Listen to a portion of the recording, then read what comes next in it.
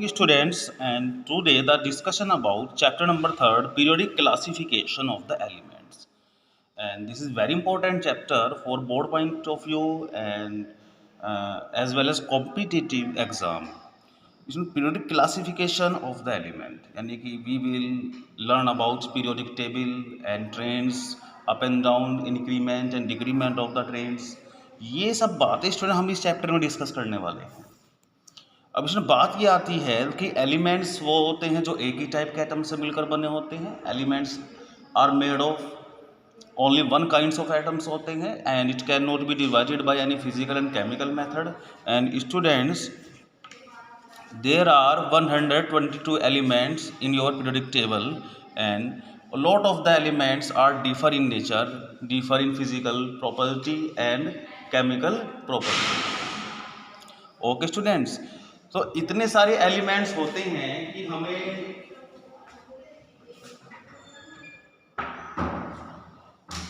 इतने सारे एलिमेंट्स हैं हमारे पास कि उनको कैसे क्लासीफाई किया जा सकता है, कैसे हम उन्हें जो है ये मान के चलेंगे किस तरह से क्लासीफाई करें, क्या क्या टेक्निक्स अपनाई जाएं और क्या क्यों क्लासिफिकेशन जरूरी होगा ये भी हमें समझना है।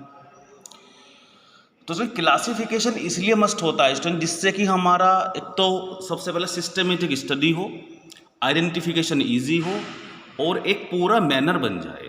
अब जैसा आप देख सकते हैं घरों में क्या होता है कि भाई किचन का जो किचन पे अगर हम बात करें तो किचन में आप देखते हैं कि जो आपकी मदर होती हैं करती है, जो पल्सेस बॉक्स होते हैं, मसालों के बॉक्स सबको सेपरेट कर लेती है, उनके अंदर आइडेंटिफिकेशन भी हो जाता है।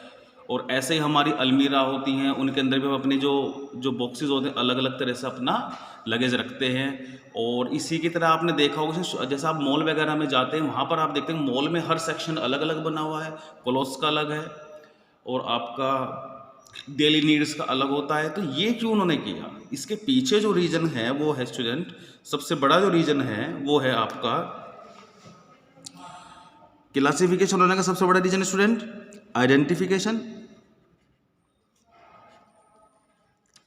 दूसरा सिस्टमेटिक स्टडी,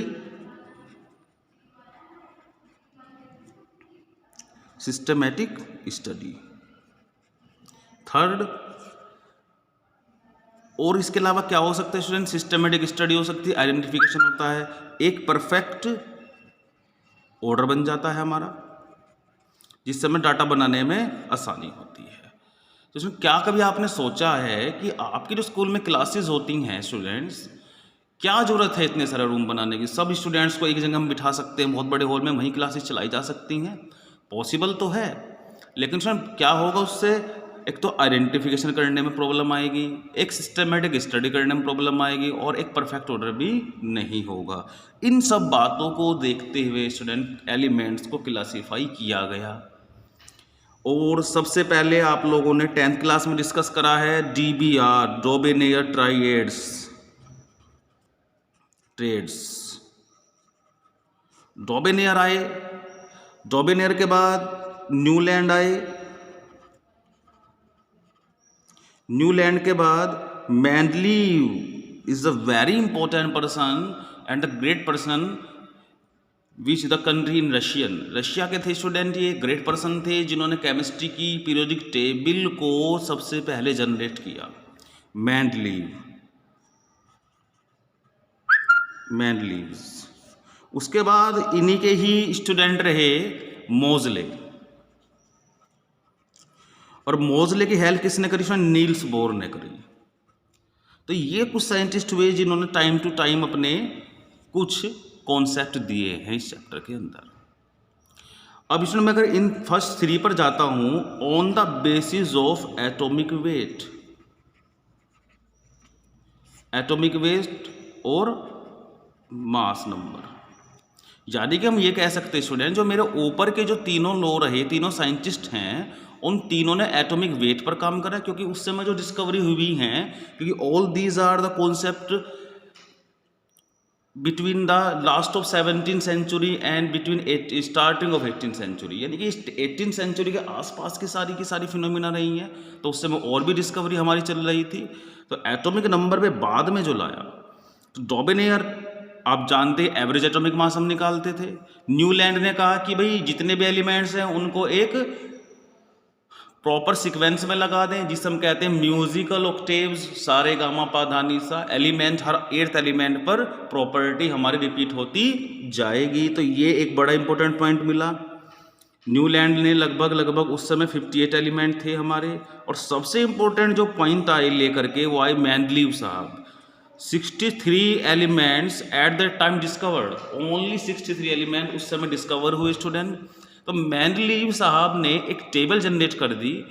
उन्होंने कहा elements are arrange in the increasing order of atomic masses and their physical and chemical properties repeated after a interval. तो स्टूडेंट ये बड़ी इंपॉर्टेंट पॉइंट लेकर आए कि भाई अगर हम एलिमेंट्स को एक लगातार बढ़ते हुए increasing order of atomic mass में लगा दें तो उनकी प्रॉपर्टी क्या होंगी, एक इंटरवल के बाद रिपीट जरूर होंगी, जिसे हम कहते हैं पीरियोडिक। जैसे आपका पीरियोडिक टेस्ट भी होते हैं, फर्स्ट टर्म सेकंड टर्म फिर रिपीट हो गया कुछ ब्रेक के बाद। जैसे आप स्कूल में आते फर्स्ट पीरियड चला है, फर्स्ट पीरियड ओवर हुआ, फिर सेकंड थर्ड फोर्थ फिफ्थ, फिर इंटरवल हुआ 6 7 8, फिर वंस अगेन ये रिपीटेशन चलेगा। तो एक ट्रेन हमारा रिपीट होता है आफ्टर अ इंटरवल। तो मेंडलीव के स्टेटमेंट में काफ़ी कुछ चेंज करी और उन्होंने अपनी एक पीरियोडिक टेबल जनरेट करी, जिस पीरियोडिक टेबल में क्या बनाया गया, कुछ पैरेलल लाइन बनाई जिन्हें हम कहते हैं स्टूडेंट पीरियड, कुछ वर्टिकल कॉलम बनाए वो हो गया आपके ग्रुप।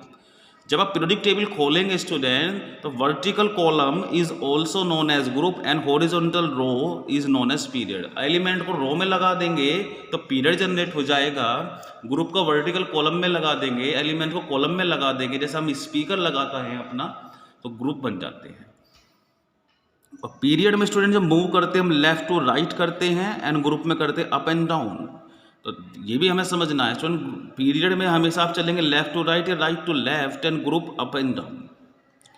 उसके बाद स्टूडेंट कुछ कमियां मेंडलीव्स की पीरियोडिक टेबल में रही, लेकिन उससे पहले हम समझते हैं इनकी क्या क्या उस पीरियोडिक टेबल में जो उन्होंने बनाए थे क्या क्या उसके अंदर आपकी खूबियां थी।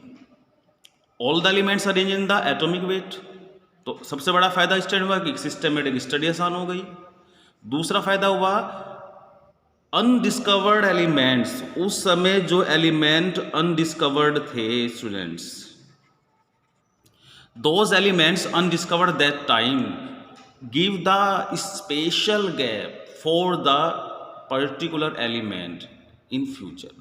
यानी कि मतलब क्या उसमें फ्यूचर में जो एलिमेंट अगर कोई डिस्कवर्ड होता है उसके गैप को उन्होंने पहले ही उसमें छोड़ दिया है। साथ साथ इनर्ट गैसों को जगह दी गई, जबकि बहुत बाद में इनर्ट गैस को भी लिए भी जगह बनाया उन्होंने, जबकि जो बहुत बाद में डिस्कवर हुई रैले रैमसे ने करी, एयर से सेपरेशन करा। ये तो 19th सेंचुरी के बाद की बातें हैं। तो मेंडलीव के पीरियोडिक टेबल में एक सिस्टमेटिक ऑर्डर मिला। दूसरा हमें मिला कि जो अनडिस्कवर्ड एलिमेंट हैं उनको भी हमने जगह दी। ये दो सबसे इम्पोर्टेंट इसकी क्वालिटी रही स्टूडेंट। लेकिन कुछ क्वालिटी होती है तो कुछ ड्रॉबैक भी होते हैं। तो ड्रॉबैक में क्या होगा स्टूडेंट, ड्रॉबैक में ये देखा गया कि कुछ एलिमेंट्स के ऑर्डर में अरेंजमेंट में मिस्टेक आ गई, जैसे निकिल और कोबाल्ट के केस में हुआ। ऐसे ही जो आइसोटोप्स होते हैं उनकी पोजीशन पर क्वेश्चन मार्क हो गया। और सबसे कंट्रोवर्शियल मामला जो था वो था हाइड्रोजन। ये हाइड्रोजन बड़ा परेशान करता था कि हाइड्रोजन की पोजीशन को कैसे क्लैरिफाइड किया जा सके student. Hydrogen because act as the lose the electron तो act as a metal and accept the electron act as a non metal, ये तो आप जानते ही हैं। तो हाइड्रोजन की पोजीशन को लेकर के भी कंट्रोवर्सियां बनी हमारी। इन कंट्रोवर्सियों को भी हमारे मेंडलीव साहब एक्सप्लेन नहीं कर पाए। फिर हुआ क्या, इन कमियों को दूर करते हुए मोज़ले और नील्स बोर दोनों ने मिलकर इस फॉर्मेट को चेंज करते हुए इसे ले आए स्टूडेंट किसके ऊपर, एटॉमिक नंबर पर। और इन्होंने कहा the elements are arrange in the increasing order of atomic number, the physical and chemical properties repeated after a some time, after a interval, and all the drawback calculated by the Moseley and Bohrs. Bohr ने और Moseley ने मिलकर क्या करा, periodic table को atomic number में बनाया और जो कमियां मैंडलीव्स की टेबल में थी उन कमियों को दूर किया, जैसे आइसोटोप्स की पोजीशन एक्सप्लेन ना होना, हाइड्रोजन को एल्कली मेटल के साथ रखना, correct arrangement of the element, जो एटॉमिक वेट मारे, तो ये सब बातें स्टूडेंट हमारी इस पूरे चैप्टर में रहती हैं। तो बहुत छोटा चैप्टर है लेकिन है बड़ा इंटरेस्टिंग चैप्टर, बहुत इंपॉर्टेंट है स्टूडेंट। किसी भी कॉम्पिटिटिव एग्जाम में आप बैठेंगे तो आप देखेंगे कि क्वेश्चन बहुत आते हैं प्रेडिक्टेबल के। तो इसमें आज की वीडियो में मैंने ओरली आपको बताया है डोबेनियर, न्यूलैंड, एंड मैंडलीव, इसको आप थोड़ा सा बुक की हेल्प से और स्टडी करेंगे। बाकी ये 10th क्लास के भी टॉपिक रहेंगे हमारे, तो थोड़ा सा आप वहाँ से भी स्टडी करेंगे। Okay students.